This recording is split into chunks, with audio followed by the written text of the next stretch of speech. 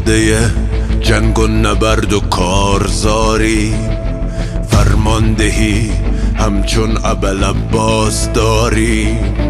دشمن بدان از شیعیان اهل بیتیم، انصار ایرانیم و ما سلمان تباریم. فکرت غلط، ایران نه جای فتنه سازیست، ما عاشق ایران زمینیم و دیاریم.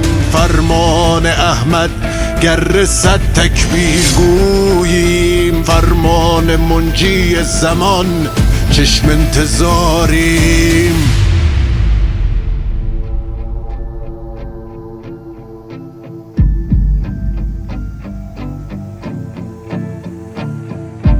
ما را نترسانی زنا و هر سلاحی، در راه حق اهل عصمت سر بداریم.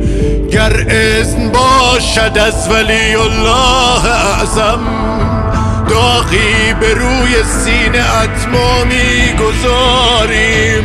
آماده جنگ و نبرد و کارزاریم، فرماندهی همچون ابوالعباس داریم.